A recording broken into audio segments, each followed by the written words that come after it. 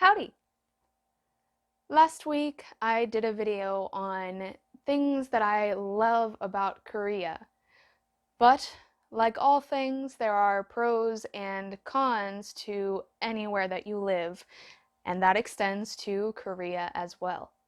So today I wanted to talk about the things that I disliked about living in Korea. The first thing is being an outsider. And what I mean by this is that no matter how long you have lived in Korea or how good your Korean is, you will never be seen as Korean. Even people who are naturalized citizens of Korea, or even those of mixed blood who were born and raised in Korea, are often not seen as Korean. This most likely comes down to the fact that up until the last couple of decades, Korea has been an extremely homogenous society. And as saddening as it was, you kind of have to just take it in stride and see the positives in it. Although I did hear it every single day, it was kind of nice to hear 한국말 잘하시네요. Because, to be frank, I did study very hard to learn Korean as well as I did. Number 2, it's not allergy or vegan friendly. Unless you're allergic to milk, you're probably going to have a very difficult time avoiding whatever your allergy may be in Korea. Korea doesn't really take allergies very seriously yet, not like they do here in the US. So a lot of times if you ask them if something has peanuts or wheat or something like that in the dish, they'll say, oh, there's just a little bit in it.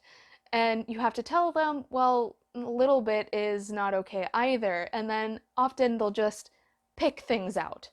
And for people with severe nut allergies or celiac, that's just not going to cut it. The options for vegans are also very slim because most of Korean side dishes have some sort of tteot in them, and tteot is fermented fish sauces. And the thing about these kinds of sauces is that most Koreans don't even think about them not being vegan. So even if you tell them that you are vegan and that you don't eat meat or animal products, they will probably still serve you something that has one of these fish sauces in it. That said, there are many dedicated allergy-free and vegan cafes and restaurants popping up here and there in Seoul. You might have a much more difficult time if you go outside of Seoul, though. Number 3, drugs. Many drugs that are legal here in America are highly illegal in Korea, such as marijuana. Here in America, most states now have legalized marijuana, and you're not going to get in trouble if you get caught with a little bit. In Korea, though, you might potentially get jailed and or deported. And this doesn't only include the THC containing marijuana, it also includes CBD oil. CBD oil is also ridiculously illegal in Korea as well. And if you get caught smuggling it into Korea, you could get deported. And even outside of cannabis products, there are some over-the-counter medications here in America that in Korea you have to go to the doctor and get a prescription for. One example of this is the allergy medicine that I take. Here in America, it is over-the-counter. I do have to show my driver's license to be able to purchase it, but I don't have to get a prescription for it. In Korea, however, I have to go to a doctor, a dedicated ear, nose, and throat doctor, and get that prescribed to me. And the really annoying thing about it is that they will not prescribe you medication for longer than a week. Sometimes they will give you a script for 2 weeks, but that is very rare and you have to really sweet talk them into it.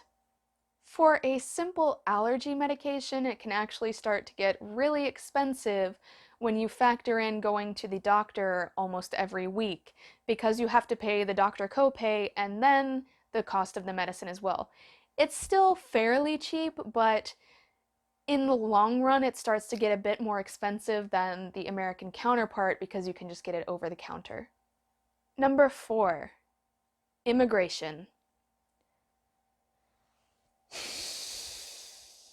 This is no doubt not exclusive to Korea. I'm sure this is probably the experience of immigrants all around the world, but going to immigration is such a pain.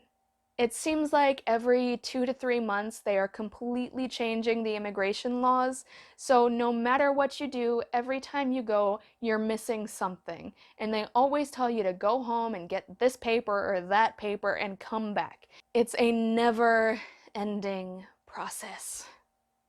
Ugh! Perhaps the most frustrating part was the fact that the immigration officers never knew what the law was. There were times where I actually had to tell them what the law was because they didn't know. As much as it sucks, sometimes you just have to grin and bear it because the only other option is to go home. Number 5, dirty public spaces. For some reason, it is very difficult to find trash cans in public in Korea, and for this reason, there is trash everywhere. They do have street cleaners that go through and clean the streets every morning, but by the afternoon, they're usually filthy again. This was always kind of a pet peeve of mine, but people would just throw their trash everywhere. And I'm the kind of person that I would always put my trash in my purse and take it home with me because I didn't want to add to the piles of trash already there. And contributing to the trash problem, there are tons of businesses that just throw business cards in the street as advertisement, and they're usually pretty unsavory establishments. 2 layers of filth. One of my biggest pet peeves was any time that I went to the Hangang River Park. They actually had trash cans, trash areas for people to throw away their trash, and yet people would leave everything on the grass. They would leave their 돗자리, which are like picnic blankets. They would just leave these picnic blankets everywhere with all of their cups and their plates and their half-eaten chicken just on top of it, and they would go home and leave it there. So after a Saturday night, if you were to go to the river park and take a look, it would just be a sea of trash because nobody picked up after themselves. And the last part of this is the issue with spitting. This is not so much of an issue with the younger generation of Koreans, although there are some young Koreans who still do it, but there is not so much of a stigma around just spitting in the streets in Korea as there is in other countries like here in America. Number 6, personal space. The Korean concept of personal space is very different from the American concept of personal space. Here in America, I had always been used to about, 4 or 5 feet at least of distance between me and another person.